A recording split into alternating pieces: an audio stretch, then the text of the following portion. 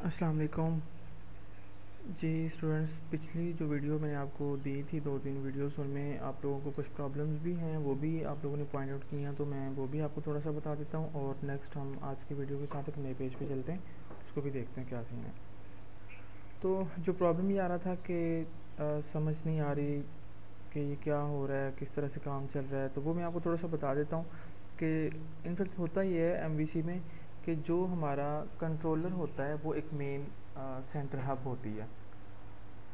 Hub किसके दरमियान होती है? मॉडल और व्यू के दरमियान में। जैसे ही कोई इवेंट अकर होता है, ये चूँकि इवेंट ड्रिवन लैंग्वेजेस होती हैं, मतलब कोई भी क्लिक होता है, कोई यूआरएल हिट होता है, कुछ भी इस किस्म का होता है, कोई बटन प्रेस होता है, कोई फंक्शन रन होता है, तो ये सारा कुछ किसी ना किसी इवेंट पे जो फंक्शन होते हैं, रन होते हैं, वो किसी ना किसी इवेंट पे होते हैं।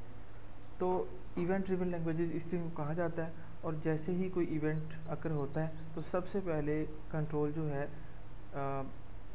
हम देखते हैं कि यूआरएल चेंज हुआ या जो पेज रिफ्रेश हुआ, तो सबसे पहले जो कंट्रोल है वो आएगा कंट्रोलर के अंदर। कंट्रोलर में आके फिर अपने रेलेवेंट फंक्शन में आता है। फंक्शन से आगे फिर जो है वो सारा काम चलता है। और कंट्रोलर क्या करता है कि मॉडल को कुछ ऑर्डर करता है कि मुझे ये वाला डाटा चाहिए। मॉडल डाटाबेस से वो डाटा मंगवा के कंट्रोलर को रिटर्न कर देता है, और कंट्रोलर उस डाटा को अगेन रिटर्न कर देता है ऑन व्यू पेजेस।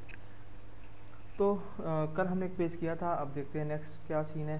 तो ये मैं आ गया हूँ अपने ब्राउज़र में, और यहाँ से आके मैं सिंपली अभी आपको मेन पेज समझा रहा हूँ। तो मैं क्लिक करता हूँ अबाउट पे।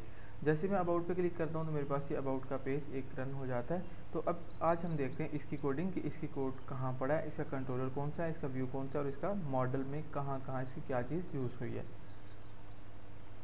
तो ये हम आगे अपने कोड में, और यहाँ से जब हम अपना यूआरएल देखते हैं, यूआरएल में देखें सबसे पहले कोड आपका प्रोजेक्ट मतलब फोल्डर नेम है, उसके बाद जनरल आ रहा है, तो जनरल आपके कंट्रोलर का नेम होगा।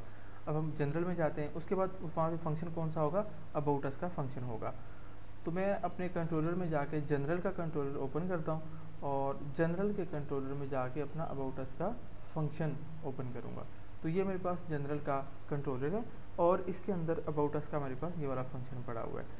ये पहला ही फंक्शन है। ज़रा इससे ऊपर आप देख लें तो ये सेम कल की तरह ये कंस्ट्रक्टर बना हुआ है, जिसके अंदर वही सारी चीज़ें चेक की जा रही हैं। उसके बाद ये वाला फंक्शन एक मैंने टेस्टिंग फंक्शन बना के आपको चेक करवाया था, इसको आप फिलहाल छोड़ दें।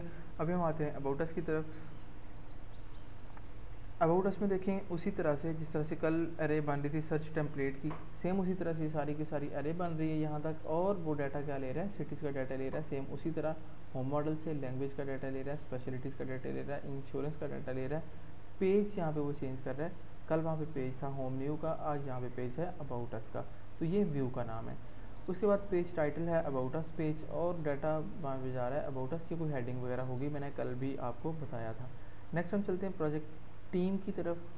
तो ये जस्ट लिखा हुआ है कि नाम लिखा हुआ है कि कौन कौन इसमें टीम मेंबर्स हैं, और कंट्रीज़ में जाके फिर से कंट्रीज़ पुल कर लिए हैं, और हमने ये सारा डाटा सेंड कर दिया। सर्च टेम्पलेट का व्यू है, उसके साथ हमने सारा डाटा सेंड कर दिया हुआ है।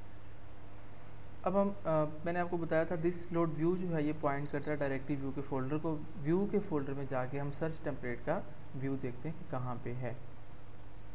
ये सर्च टेम्पलेट व्यू का नाम है।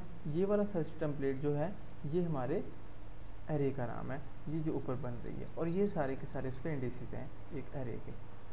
अब इसको कंट्रोलर को बंद करते हैं, चलते हैं व्यू में। क्योंकि फंक्शंस में इसको मॉडल कल सारे दिखा चुका था, इसलिए मैंने आपको आज कोई भी फंक्शन ओपन करके नहीं दिखाया। अगर आप देखना चाहते हैं तो यहाँ पे माउस लेके आएँ, और डेफिनेशन में जाके अपना जो रेलिवेंट फंक्शन है होम मॉडल के अंदर इसको ओपन कर लें, आप डायरेक्टली उस फंक्शन पे पहुँच जाएंगे।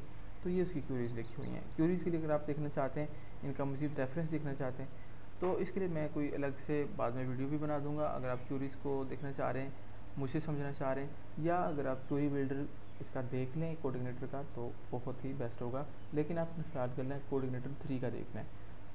अच्छा, उसके बाद हम व्यू में चलते हैं। व्यू में जाके हमने देखा था कौन सा फंक्शन, सॉरी कौन सा व्यू था? सर्च टेम्पलेट का।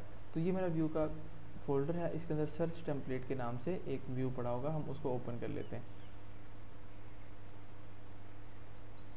तो ये मेरे पास पड़ा है सर्च टेम्पलेट, इसको मैं ओपन करता हूँ। सर्च टेम्पलेट में क्या है, ऊपर कुछ PHP का कोड लिखा हुआ है, ये भी मैं आपको समझा देता हूँ। और उससे नेक्स्ट HTML स्टार्ट हो रही है, और उसके बाद इसके अंदर क्या हो रहा है, इसके अंदर मज़ीद वो व्यूज़ लोड करवा रहा है। कौन सा? सबसे पहले टेम्पलेट के अंदर से कॉमन हेडर मेन्यू का, और सेकंड सर्च कर रहा है सर्च बार का, वो व्यू लोड करवा रहा है। इस व्यू के अंदर वो व्यू लोड करवा रहा है। थर्ड पे वो पेज लोड करवा रहा है। ये कौन सा पेज है? अगर हम जाकर जनरल में देखें तो ये हमारे पास पेज का एक वेरिएबल था, तो इसके अंदर जो पेज होगा वो लोड करवा रहा है, मतलब अबाउट अस का। तो उसके बाद नेक्स्ट टेम्पलेट के अंदर से फुटर लोड करवाया जा रहा है, और लास्ट पे क्या हो रहा है, टेम्पलेट के अंदर से फुटर स्क्रिप्ट लोड करवाया जा रहा है। अब ये 3 4 कुछ 5 पेजेस हैं, ये मैं आपको ओपन करके दिखा देता हूँ कि इनके अंदर क्या लिखा हुआ है। अच्छा, उससे पहले आप PHP देखें, सेटिंग से गेट आइकन, ठीक है, ये मतलब वहाँ से एक फंक्शन उसने कॉल किया हुआ है हेल्पर का, और वहाँ से कोई चीज़ कॉल कर रहा होगा। लैंग आईडी मतलब सेटिंग की लैंग्वेज आईडी वो ले रहा है। गेट लैंग, ये लैंग्वेज के मतलब आप इसको छोड़ना चाहें छोड़ दें, क्योंकि मैंने आपसे कहा था कि ये आपसे बिल्कुल भी रिलेटेड नहीं है, ये लैंग्वेज से है, और हम सिंपल एक लैंग्वेज इंग्लिश यूज़ कर रहे हैं। तो अब हम चल के देखते हैं कि सबसे पहले ये कॉमन जो हमारा हेडर है, उससे पहले अगर हम देखें दिस लोड व्यू में टेम्पलेट हेडर स्क्रिप्ट लोड हुआ है, तो टेम्पलेट का फोल्डर व्यूज़ के अंदर ही होगा। मतलब ये यहाँ तक तो हम पॉइंट कर रहे हैं व्यू के फोल्डर को, उसके बाद टेम्पलेट का फोल्डर आ रहा है, टेम्पलेट से आगे फिर हेडर स्क्रिप्ट का फोल्डर आ रहा है, सॉरी फाइल आ रही है।